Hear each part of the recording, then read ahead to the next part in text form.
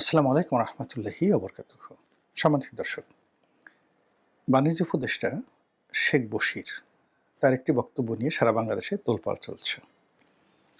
পুরো পদ্মা সেতুর যে অপর পারের যারা লোকজন, খুলনা বিভাগ, প্রস্তাবিত ফরিদপুর বিভাগ, যেটিকে পদ্মা বিভাগ নামকরণ করার কথা চিন্তা করা হচ্ছে, বরিশাল বিভাগ, এই অঞ্চলের যারা লোকজন, তার সঙ্গে সঙ্গে পদ্মা পারের এই পার ঢাকার একটা বিরাট এলাকা, ব্রাহ্মণবাড়িয়া, কুমিল্লার একটা বিরাট অংশ, এই অংশে যারা লোকজন অলমোস্ট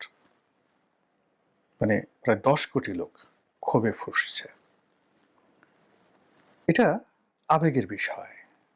পদ্মা সেতুটি এই 10 কোটি মানুষের কাছে আবেগের বিষয়। আমি দক্ষিণাঞ্চলের মানুষ।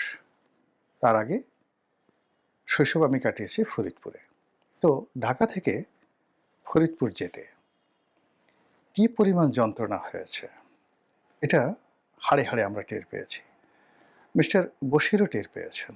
এর কারণ হলো একটা সময় তারাও তো খুব বেশি দিনের ধনী ব্যক্তি নন। তার বাবা নিতান্ত দরিদ্র ব্যক্তি ছিলেন। সেখানে আকিজ বিড়ি বিক্রি করে তিনি যথেষ্ট সফল হয়েছেন এবং তার প্রায় ২০-২৫ জন ছেলের সন্তান, ৪ জন স্ত্রী, সেই ঘরে ২০-২৫ জন ছেলের সন্তান। তারা সবাই এখন ব্যবসা বাণিজ্য করে সফল হয়েছেন এবং সেই সফলতম যারা তার সন্তান তার মধ্যে জনাব বশির প্রধানতম। এই পরিবারের অনেককে চিনি, ব্যক্তিগতভাবে চিনি। তারা বিনয়ী, তারা প্রফেশনাল, যাকে বলা হয় দক্ষ এবং অনেকটা নিরহংকার প্রকৃতির। কারো কারো শিক্ষা আছে, কারো কারো শিক্ষা নেই, কিন্তু মোরাললেস তাদের মধ্যে কিন্তু এই ২০ জন ভাই বোন এরকম মারাত্মক কোনো বিরোধ নেই। সম্পত্তি নিয়ে যেটা হয়, সব পরিবারে যে বিরোধ থাকে, আকিজ গ্রুপও সেই বিরোধ আছে, কিন্তু তারপরে তাদের মধ্যে মুখ দেখা দেখি বন্ধ বা মামলা মোকদ্দমার মতো পরিস্থিতি তৈরি হয়নি। শেখ বশিরদের যে পরিবার বা এই আকিজ পরিবার, তারা ব্যবসা বাণিজ্য করার সঙ্গে সঙ্গে আবার রাজনীতির সঙ্গেও মোরালেস পরোক্ষভাবে প্রত্যক্ষভাবে জড়িত। তার এক ভাই আওয়ামী লীগের এমপি ছিলেন, যশোরের যে বেনাপোল এলাকা, শার্শা এলাকা, এই এলাকা থেকে।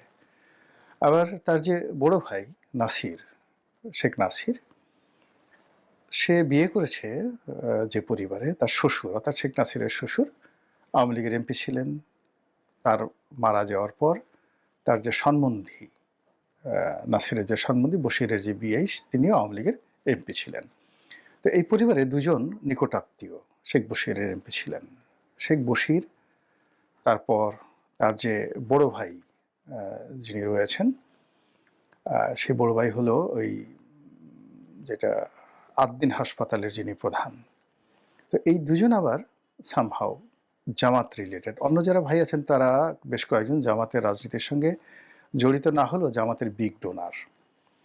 তো যেহেতু বশির দীর্ঘদিন ধরে তিনি পরিচিত একজন, যাকে বলা হয় সফল ব্যবসায়ী হিসেবে, বিশেষ করে জুট সেক্টরে তার যে সফলতা, এই সফলতার কারণে তিনি আলোচিত। তো এই কারণে তার যে জামাতের সাথে সম্পৃক্ততা, এটা মোটামুটি ওপেন সিক্রেট, সবাই জানে। আর তার যে বড় ভাই যে আছে, যে ওই আদ্দিন হাসপাতালের মালিক, তিনি একেবারে জামাতের ডাইহার্টেড ডোনার। এবং ওই যে আদ্দিন হাসপাতালের যে একটা মসজিদ আছে, সেই মসজিদেই মূলত ওই রশ্মিকা মান্দানার যে, যাকে নিয়ে কথা হয়, আমির হামজা, সে আমির হামজা ইমামতি করেন এবং আমির হামজা ওখান থেকে বোধহয় ৫ লাখ টাকা মাসে মাসোহারা পান ওই আদ্দিন হাসপাতালের মালিকের কাছ থেকে, এবং এটা তিনি প্রকাশ্যে বলেছেন। তো কাজেই শেখ বশিরের যে অন্তর্ভুক্তি এই সরকারের বাণিজ্য উপদেষ্টা রূপে ধরে নেওয়া হয় যে এর সঙ্গে জামাতের একটা ভালো ইনফ্লুয়েন্স রয়েছে। সত্য মিথ্যা আমি জানি না। আমার আশা ছিল যে শেখ বশির ভালো করবেন। এর কারণ হলো যে সাধারণত তার অর্থের অভাব নেই। কেন তিনি রাষ্ট্রীয় ক্ষমতা ভোগ করে এই কাজগুলো করবেন? ২ নম্বর হলো যে তিনি সফলতম মানুষ, কাজে তিনি বাণিজ্য মন্ত্রণালয় চালাতে সফলতা দেখাবেন। আর ব্যক্তিগতভাবে যতটুকুই তাকে দেখেছি, একদিনই তার সঙ্গে আমার কথাবার্তা হয়েছে।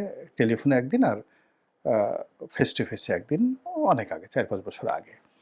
তো আমার কাছে মনে হয়েছে he is loyal, he is educated, তারপর আ প্রফেশনাল এবং ভিশনারি। তো কাজেই তাকে নিয়ে আমার একটা গগনচুম্বী আকাঙ্ক্ষা ছিল। কিন্তু গত কয়েক মাসে তার অনেকগুলো সিদ্ধান্তের কারণে বাংলাদেশের অনেক ক্ষতি হয়ে গেছে। মারাত্মক ক্ষতি হয়ে গেছে।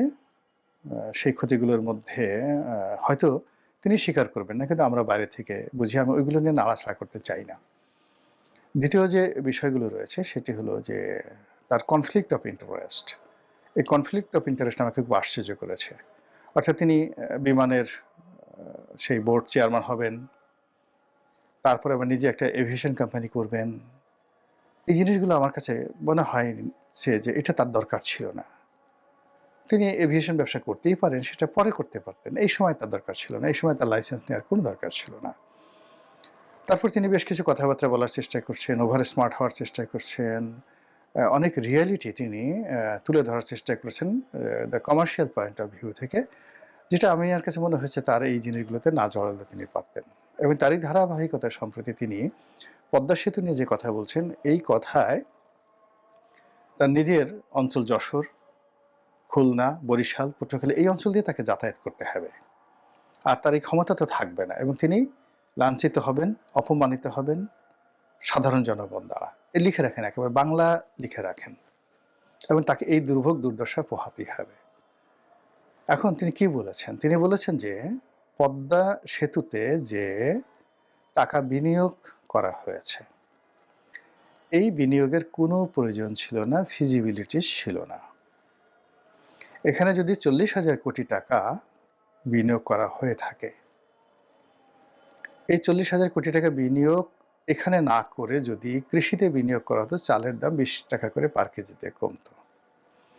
মানে এটা উনার মতো একজন মানুষের মুখ দেখে এটা মানায় না।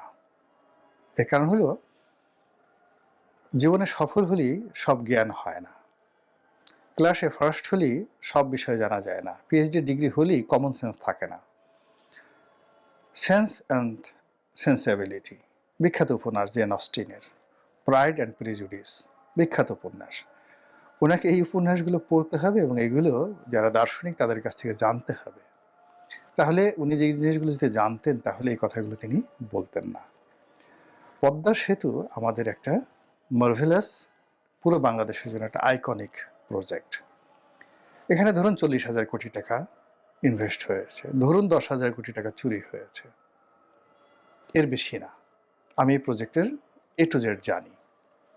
আচ্ছা, এই যে ৩০,০০০ কোটি টাকা বিনিয়োগ হয়েছে বা ৪০,০০০ কোটি টাকা খরচ হয়েছে, এটার কারণে ২০ টাকা করে চালের মূল্য বেড়ে গেছে। আচ্ছা, বশির সাহেবকে যদি জিজ্ঞাসা করা হয় যে গত ১৭ মাসে শুধুমাত্র বিদ্যুৎ খাতে এই সরকারের আমলে ৩৪,০০০ কোটি টাকা সিস্টেম লস হয়েছে, যেটা আগে হয়নি। আওয়ামী লীগ সরকারের আমলে এই সিস্টেম লসটা এতটা নিয়ন্ত্রণে ছিল, বলার মতো না। কিন্তু এই সরকারের আমলে কেন ৩৪,০০০ কোটি টাকা সিস্টেম লস হলো, যেটাতে আর একটা পদ্মা সেতু করা যেত? এই সিস্টেম লস যদি বশির অ্যান্ড গং তারা যদি না করতেন, তাহলে তো চালের দাম আরও ২০ টাকা কমতো, মাগনা চাল খাওয়ানো যেত। ৩৪,০০০ কোটি টাকার চাল যদি বাংলাদেশে আমদানি করতো, কয়েক বছর বিনামূল্যে দেশবাসীকে খাওয়ানো যেত। আবার এই সময়টাতে এই যে আমলাতন্ত্রকে খুশি করার জন্য পে স্কেল দিয়ে, এই যে নতুন পে স্কেল ঘোষণা করা হয়েছে, সরকারের যে আরও ১,০০,০০০ কোটি টাকা প্রতি বছর লাগবে, যেটা দিয়ে ৩টি পদ্মা সেতু করা যায়। তো প্রতি বছর ৩টি পদ্মা সেতু করা যায়, এইভাবে সরকারি আমলাদেরকে বেতন ভাতা বাড়ানোর জন্য এই সরকার যে সিদ্ধান্ত নিচ্ছে, এটা আপনি কিভাবে বলবেন? ২ নম্বর হলো যে পদ্মা সেতু দিয়ে যে গাড়িগুলো চলাফেরা করছে, এই চলাফেরার মধ্যে খালি কয় টাকা টোল আদায় হলো, আর এটার বিপরীতে যে ঋণ হয়েছে, গব মানে জিওবি ফান্ড থেকে আমরা যা দিয়েছি, চায়না থেকে আমরা যে ঋণ করেছি, সেগুলোর সুদ আসল যে ফেরত দেওয়া, এর সঙ্গে এই যে টোল আদায়ের, এই দুটো একত্র করলে হবে না মিস্টার বশির। এখানে চিন্তা করতে হবে যে কয়টি গাড়ি পারাপার হচ্ছে, যাত্রীদের মেন্টাল স্যাটিসফ্যাকশন, যে সময় বাঁচছে সেই সময়ের আর্থিক মূল্য, অর্থাৎ মেন্টাল স্যাটিসফ্যাকশন, এটার আর্থিক মূল্য কত। কাস্টমার স্যাটিসফ্যাকশন উনি তো বুঝেন এই জিনিসগুলো। তো সেখানে অর্থাৎ বরিশাল, পটুয়াখালী বিভিন্ন অঞ্চল মানুষের যে একটা মেন্টাল স্যাটিসফ্যাকশন, আমি যার ডাটা দিয়ে বলি, বরিশাল বিভাগে প্রায় 1 কোটি লোক, ফরিদপুরে 1 কোটি, খুলনা বিভাগে প্রায় 2.25 কোটি লোক, অর্থাৎ বরিশাল, পটুয়াখালী এই অঞ্চলে 4.5 কোটি মানুষ। এই 4.5 কোটি মানুষের প্রতি মুহূর্তে মেন্টাল স্যাটিসফ্যাকশন, নির্ভরতা, যে তারা সকালবেলা ইচ্ছা করলে ঢাকা চলে আসতে পারবে। এই নির্ভরতার কারণে অনিশ্চয়তাকে মাথার মধ্যে না এনে সে যে কাজ করতে পারছে, বাড়িতে বসে প্রোডাক্ট তৈরি করতে পারছে, এবং তার ঢাকাতে যে কোনো কাজে, সে রোগী অসুস্থ হোক, ঢাকাতে আসার স্বজনের সঙ্গে দেখা সাক্ষাৎ করা হোক, যা কিছু হোক, এই 4.5 কোটি লোক, মানে সে যে ঢাকার সঙ্গে তার কানেক্টিভিটি করার ক্ষেত্রে যে সে ডিপেন্ডেবিলিটি, নিশ্চয়তা, প্রশান্তি, এইগুলো তার মধ্যে কাজ করছে, এবং তার যে উন্নয়ন কি পরিমাণ হচ্ছে, এই জ্ঞান কি ওনার আছে? এই জ্ঞান ওনাকে অর্জন করতে হলে অ্যাডাম স্মিথ পড়তে হবে। এই জ্ঞান ওনাকে অর্জন করতে হলে জন অ্যাডামসকে তা ওনার জানতে হবে, এবং why John Adams is famous তাকে জানতে হবে। আমার বিশ্বাস সেই জায়গাতে উনি এখনো ঢুকেনি নাই, নট ইয়েট, উনি বলে ফেললেন। এরপর প্রতিদিন এই যে যাত্রী পারাপার হচ্ছে, যখনই পদ্মা সেতুর উপর দেশে যাচ্ছে, তার যে মেন্টাল স্যাটিসফ্যাকশন, এটার আর্থিক মূল্য কি, এই জিনিসগুলোতে যদি তাকে জানতে হয়, তাহলে তাকে আইসেন শপেনহাওয়ারের বই পড়তে হবে। উনি জানেন যে শপেনহাওয়ার কে, এর সাথে পদ্মা সেতু কি সম্পর্কটা কি। এত অল্প জ্ঞান নিয়ে বড় কথা বলা যায় না। বড় কথা বলতে হলে আরো অনেক জ্ঞান জানার দরকার হয়। পদ্মা সেতুর সঙ্গে অন্তত পক্ষে, মানে এই যে 40,000 কোটি টাকা, 40,000 কোটি টাকা যেদিন উদ্বোধন হয়েছে সেই দিনই উঠে গেছে, সেই দিনই উঠে গেছে। আমাদের জিএনপি কি, গ্রোস ন্যাশনাল প্রোডাক্ট কত, এবং আমাদের এই যে সুখীর মনোভাব, এটার আর্থিক মূল্য কত, আমাদের টোটাল কনজিউম কত, ন্যাশনাল কনজিউম কত, এই সব কিছুর সঙ্গে পদ্মা সেতু জড়িত। কাজে এখানে চালের দাম 20 টাকা কমে গেছে, শুধুমাত্র কমার্শিয়াল ফিজিবিলিটি, কত টাকা সুদ দিলাম আর কত টাকা টোল পেলাম, এই চিন্তা সঙ্গে আকিস বিড়ি বিক্রি করার সঙ্গে সম্পর্ক থাকতে পারে, যে আকিস বিড়ি প্রতি মাসে কত টাকা আকিস বিড়ি বিক্রি করলাম, তারপর শেষে এই নেভি সিগারেট কত টাকা বিক্রি করলাম আর কিনলাম, বা পাট, এই যে আমি কয় টাকার পাট কিনলাম, কয় টাকার পাট বিক্রি করলাম, এই সিম্পল হিসাব মেলানো যেতে পারে।